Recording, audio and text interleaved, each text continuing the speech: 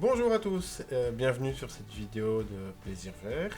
Je vais vous expliquer un petit peu l'aménagement du jardin qui a été fait ici. Déjà une petite présentation, nous sommes dans un jardin de ville d'environ 40 mètres carrés, complètement entouré de murs en béton, qui vient d'être récemment remis à nu puisque la propriétaire a fait abattre deux très grands arbres et ça a tout d'un coup dégagé tout le jardin. Par obligation du règlement de l'urbanisme de la commune, elle est obligée de moins replanter différents sujets.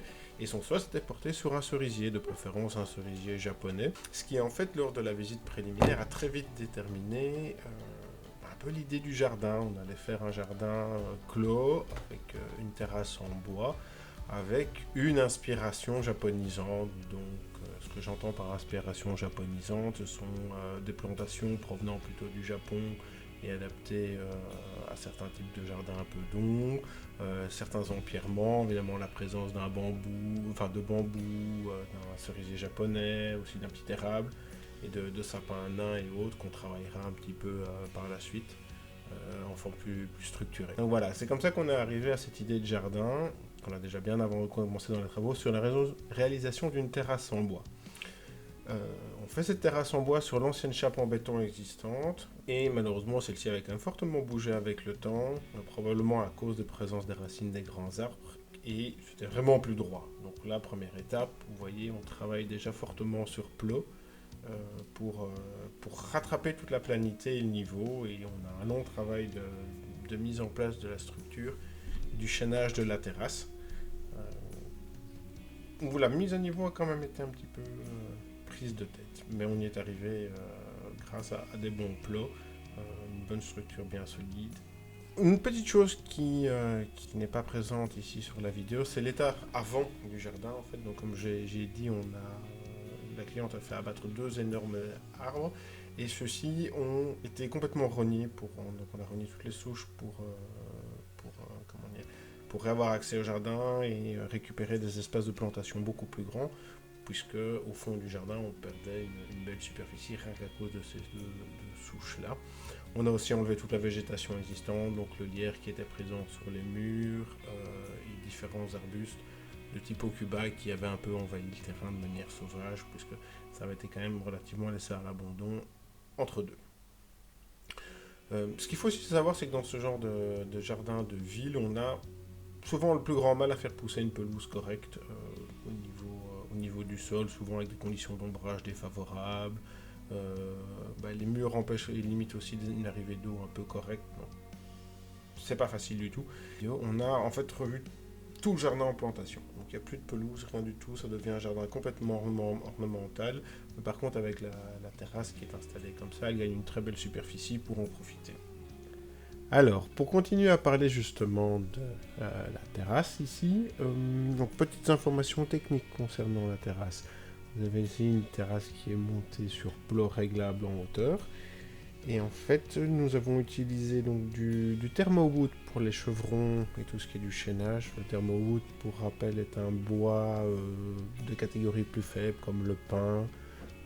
En Belgique, on utilise aussi le frêne, qui est séché de manière sur une longue durée avec un processus à très haute température, ce qui fait qu'on en enlève toute l'humidité et on atteint grâce à cela des qualités, des classes de résistance identiques à la plupart des bois exotiques qu'on trouve sur le marché. Très intéressant à utiliser, je trouve, c'est beaucoup plus léger à la manutention.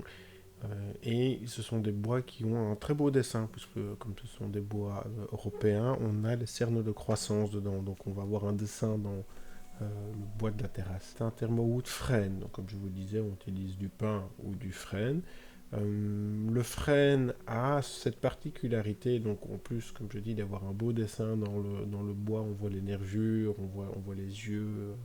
À ce niveau-là, on voit l'histoire du bois en fait. C'est un bois qui grisonne, mais un très beau gris argenté en vieillissant. Donc, comme vous savez, tous les bois vieillissent et ils deviennent gris à ce moment-là. Avec le temps, prenez une patine grise, mais le thermowood frêne qui est utilisé ici vire presque un peu sur l'argenté tout en gardant son dessin. Cette terrasse est montée en fixation invisible, fixation type BFX, donc les lames de terrasse sont rainurées avec une languette, enfin rainurées au niveau de leur tranche, ce qui permet d'insérer une fixation entre les joints en métal. Ça permet déjà de ne pas voir de vis ou de ne pas avoir de problème d'écharpe sur le bois de la terrasse, et aussi d'avoir un gain régulier. Ça permet vraiment quelque chose, un beau dessin dans les bois de la terrasse. Afin de cacher les vilains murs en dalles de béton blanc qui ont beaucoup souffert, entre autres, du temps, aussi des arbres. Il faut vous avouer que plus aucun de ces murs n'est droit, ils penchent tous dans un sens ou l'autre. Et comme ce sont des murs mitoyens, il y a souvent beaucoup de problèmes entre les différents propriétaires simplement pour les remplacer. Idéalement, ce serait peut-être de les remplacer, mais ici, on a choisi l'option de les cacher avec des panneaux en bois. Nous sommes ici avec des panneaux en teint, évidemment peint imprégné sous pression, donc pour avoir une bonne résistance, qui sont montés sur des piquets des piquets métalliques enfoncés dans le sol. Ça permet d'éviter le contact avec le sol et de limiter les problèmes d'humidité, de remontée d'eau dans les bois. Par contre, toujours petite blague qu'on a eue ici, c'est, comme je vous dis, il y avait 2 très grands arbres, et même le long des murs, on a encore trouvé des grosses racines qu'on a dû enlever parce qu'on n'arrivait pas à faire descendre les piquets métalliques. On a même eu un piquet avec une pointe tordue, tellement ça a une bonne résistance. Alors, j'en profite encore que j'ai les panneaux ici, de vous parler des accès. On voit sur la vidéo, vous voyez un bloc de plan de travail là-bas dans la cassure de la porte. Il faut vous dire que la maison est déjà relativement fort loin de la rue, donc on a un jardin avant qui est un étage plus bas que ce niveau-ci. En plus, il est composé d'un petit portillon sous un couloir de verrière, donc ça a été assez comique de faire passer tous les matériaux à travers la maison. Et encore plus des panneaux quand ils sont complètement rigides en 1m80 par 1m80. Donc les panneaux ont été transportés au travers, déjà passés au-dessus de la partie porte et autres, et des portillons. Puis la deuxième étape a été de les faire passer dans la maison, mais au-dessus du plan de travail cuisine. Donc on a vraiment réussi à les faire glisser un petit peu comme une lettre à la poste, vous voyez, vous la faites discuter en oblique, elle rentre, puis elle se redresse. C'était assez sportif, rien que de s'amuser avec ces panneaux et autres. Mais c'est un jardin nouveau avec un accès très compliqué, donc on est limité dans la taille des matériaux qu'on peut prendre, dans le poids qu'on peut transporter.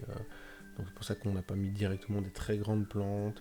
C'est pour ça que les planches de la terrasse, on a préféré travailler avec des planches de 2 mètres plus réduites, c'était plus facile pour les faire passer. On a travaillé même une partie des matériaux du côté de la rue, parce qu'on n'arrivait pas, c'était plus facile de les découper en morceaux plus réduits et que de les amener ici. Donc voilà, ça implique aussi une grosse protection de la maison, évidemment, avec des bonnes protections de sol, des protections pour les murs avec des mousses.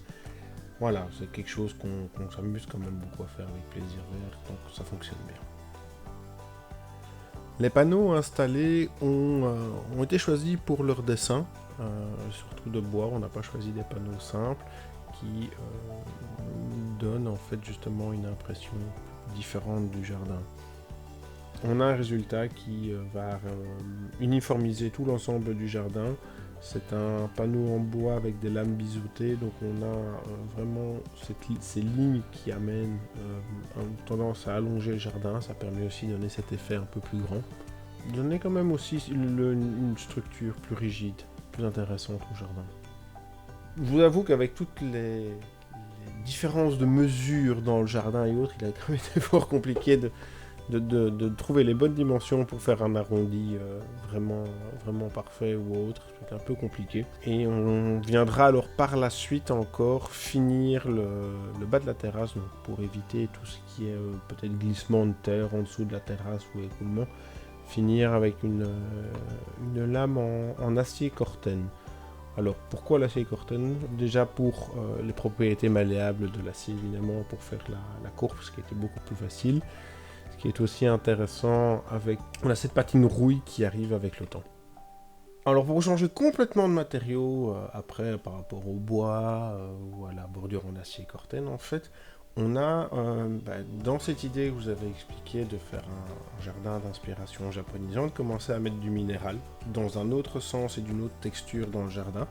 Parce qu'il faut savoir que ce jardin est vu aussi du premier étage, puisque la cliente a son bureau et elle a sa fenêtre qui donne directement sur le jardin. Nous avons aussi, on va dire, pallié le problème d'avoir encore une des grosses sources un peu présentes dans le sol pour avoir justement mis ces pierres dressées. Racines qui nous ont tout autant aussi posé problème pour l'installation du massif de bambou, puisqu'on a dû quand même installer ce coffrage, cette barrière anti-rhizome pour les bambous qui descendait jusqu'à presque 70 cm de profondeur. L'installation de cette barrière a été assez sportif, donc ça a été comique sur le coup, mais ça s'est bien passé, parce que c'est très important de mettre une bonne barrière anti-rhizome pour éviter que les bambous ne s'échappent et envahissent le jardin. Parce que, erreur commune qu'on pense, ou que beaucoup de gens vont vous dire, tous les bambous sont traçants, certains à de faibles mesures, mais le moyen de reproduction du bambou est un rhizome qui se déplace et qui émerge. Donc toutes les variétés de bambous sont traçantes, ça n'existe pas une variété de bambou non traçante. On a encore caché cette barrière anti-rhizome avec une bordure en bois pour justement qui rappelle le dessin, le même bois de la terrasse et autres afin de faire quelque chose de discret. Et alors on a commencé après avec une plantation, je vous avais dit, Madame voulait un cerisier japonais, donc on a installé un cerisier japonais à port fastigé. Donc par la suite, nous avons d'abord complété le jardin avec des arbustes à feuillage persistant qui sont les petits pins, avec des arbustes qui ont une floraison très printanière, donc les azalées japonaises bien évidemment, qui sont les azalées odorantes, et un érable qui va lui encore changer de couleur ici dans la saison. Petite demande un peu particulière de Madame, elle a voulu 2 pommiers palissés qu'on a pu lui installer sur le mur le plus ensoleillé de son jardin. Après ça, on a travaillé avec une structure principalement de graminées et de vivaces pour fleurir le jardin et occuper tout l'espace. Donc le but de la plantation est de laisser le moins d'espace possible pour limiter l'entretien. Donc ça va vraiment être une très forte couverture végétale avec beaucoup de graminées. Déjà à feuillage persistant, il y aura très peu de feuillage caduc dans les graminées. Et les vivaces vont émerger avec elles une structure graphique un peu plus de hauteur que les graminées, donc ça va jouer sur les niveaux et tout. Et petit plus évidemment le petit Tetsubashi pour avoir un point d'eau, toujours très apprécié par les oiseaux en hiver. Donc on a un jardin qui à maturité va être un tapis végétal de texture, de couleur, les feuilles. C'est vraiment l'une des marques de fabrique du jardin naturaliste. Ce style de jardin que moi, Julien Pabs, j'affectionne tellement. Je suis aussi très curieux de pouvoir vous montrer ce que ce résultat, donc ce croisement entre les influences japonisantes qui inspirent ce jardin et le jardin naturaliste, va donner avec le temps. Comment ces couleurs, ces formes et ces matières vont évoluer, la patine que les terrasses vont prendre, est-ce qu'elle va bien grisonner, et qui va donner elle-même un autre aspect. Je remercie au passage l'équipe de Plaisir Vert qui a travaillé durement pendant plusieurs journées pour la réalisation de ce jardin. En tout cas, si vous avez la moindre question, n'hésitez pas à laisser en commentaire et à liker la vidéo. Nous vous proposerons et on espère vous retrouver dans d'autres vidéos plus tard.